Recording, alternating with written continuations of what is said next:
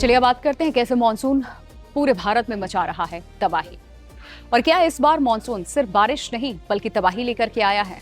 वैसे तो हर साल ये तस्वीरें कमोबेश देखने को मिलती है, लेकिन जिस बारिश का देश महीनों से इंतजार कर रहा था वहीं अब लोगों के लिए सबसे बड़ा संकट बनती जा रही है।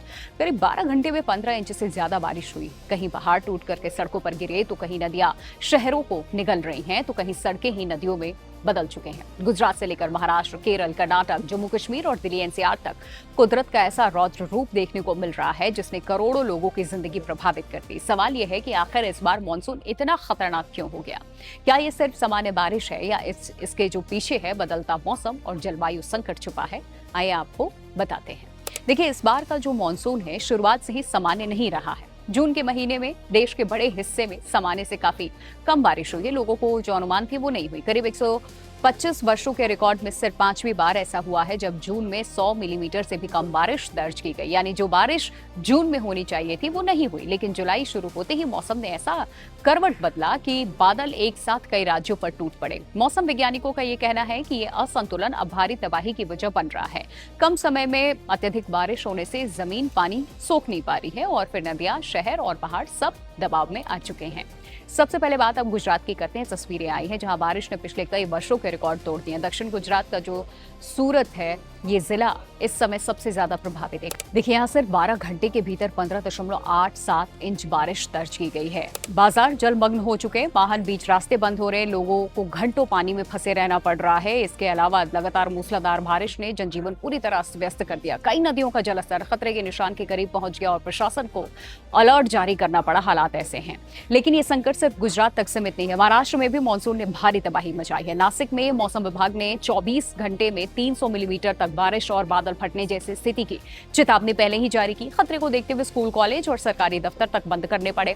कई गांवों को खाली करा दिया गया क्योंकि खेत, सड़कें और घर पानी में डूबे हैं। मुंबई और उसके आसपास के इलाके में पिछले 48 घंटे में करीब 380 मिलीमीटर बारिश दर्ज की गई। पालघर और लोनावाला और मुंबई के कई हिस्सों में सड़क और नदी का जो अंत है वो खत्म सा हो गया है। राज्य में बारिश से जुड़ी घटनाओं में कई लोगों की जान जा चुकी है। हजारों लोगों को सुरक्षित स्थानों पर पहुंचा दिया गया। हालात को देखते हुए देखिए, केरल के वायनाड से भी ऐसी तस्वीरें सामने आई। पूरे प्रदेश को झकझोर दिया है। बारिश के बीच में अचानक हुए भूस्खलन ने कुछ ही सेकंड में पूरे इलाके का नक्शा बदल दिया।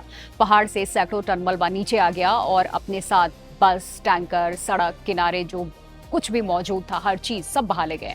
लोग जान बचाने के लिए भागते नजर आए। वायनाड की तस्वीर है जहां 2 साल पहले भी भीषण भूस्खलन में सैकड़ों लोगों की जान चली गई थी और इस बार भी लोगों के मन में वही डर वापस लौट आया जो तस्वीरें देखने को मिल रही हैं। कर्नाटक के प्रसिद्ध पर्यटन स्थल कुर्ग में भी बारिश ने बड़ा खतरा पैदा कर दिया है। यहाँ भी वाटरफॉल घूमने पहुंचे कुछ लोग, कॉलेज के छात्र अचानक बढ़े हुए जलस्तर के बीच में फंस गए। कुछ ही मिनटों में सामान्य दिखने वाला झरना उफान पर आ गया। तेज धारा के बीच लोग फंस गए। राहत टीमों ने समय रहते सभी को सुरक्षित बाहर निकाल लिया। घटना ने दिखा दिया कि पहाड़ी इलाकों में मौसम कितनी तेजी से इस वक्त बदल रहा है। उत्तर भारत में भी इसका कहर देखने को मिला। लोग इससे अछूते नहीं है। जम्मू कश्मीर के किश्तवाड़ और डोडा में भी बादल फटने और भूस्खलन की घटना ने राष्ट्रीय राजमार्ग को बंद कर दिया। पहाड़ों से गिरा मलबा ट्रक और बाकी वाहनों पर आ गिरा है। कई इलाके देश के बाकी हिस्सों से कट गए हैं। विशेषज्ञों के अनुसार देखिए, भारत का लगभग 12% भूभाग भूस्खलन के उच्च जोखिम वाले क्षेत्र में आता है और लगातार हो रही इस बारिश की वजह से खतरे और ज्यादा यहाँ पर बढ़ गए हैं। वहीं दिल्ली एनसीआर में भी पहली तेज बारिश ने व्यवस्था की पोल खोल करके रख दी है। कुछ घंटों की बारिश के बाद ही दिल्ली, नोएडा और गुरुग्राम की सड़कें पानी से भरती हुई नजर आई। लोग परेशान में नजर आए। आईटीओ जैसे प्रमुख चौराहों पर लंबा जाम लग गया। जगह जगह पेड़ गिर गए।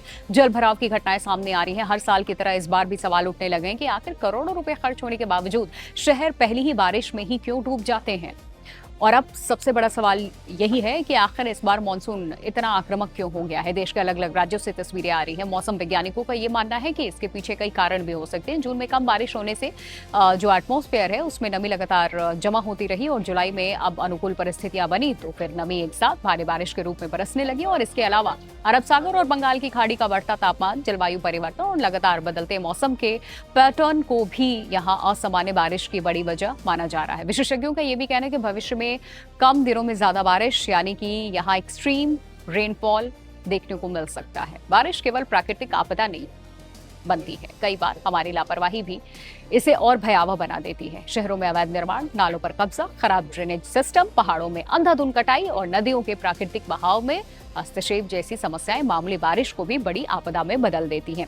और यही वजह है कि हर साल एक जैसी तस्वीरें देखने को मिलती हैं, लेकिन हालात बदलते ही नहीं है। प्रशासन क्या सीख इससे लेता है? मौसम विभाग ने आने वाले दिनों में भी गुजरात, महाराष्ट्र, केरल, कर्नाटक, मध्य भारत और हिमालयी राज्यों में भी भारी बारिश यानी कि बहुत बारिश की चेतावनी दी है। नदियों का जलस्तर लगातार बढ़ रहा है, भूस्खलन का खतरा बना हुआ है। लोगों से अपील है कि वो मौसम विभाग की चेतावनियों को गंभीरता से लें और बिना मतलब यात्रा करने से बचें और प्रशासन के निर्देश का लोग पालन करें। यानी कि जिस मॉनसून का देश बेसब्री से इंतजार कर रहा होता है, अब कई राज्यों के लिए आफत बन चुका है। गुजरात की डूबती सड़कें, महाराष्ट्र के जलमग्न गांव, वायनाड का भूस्खलन, जम्मू कश्मीर के बंद हाईवे और दिल्ली की डूबी सड़कें एक ही कहानी इस वक्त कह रही है। अगर बदलते मौसम और खराब शहरी योजना पर समय रहते ध्यान नहीं दिया गया तो आने वाले वर्षों से ऐसी तबाही और भी तस्वीरें देखने को मिलेंगी जो सामान्य हो जाएंगी शायद हमारे लिए। फिलहाल सबकी नजर आसमान पर है। अगली बारिश राहत लेकर के आएगी या फिर नई मुसीबत, इसका जवाब सिर्फ मौसम के पास है।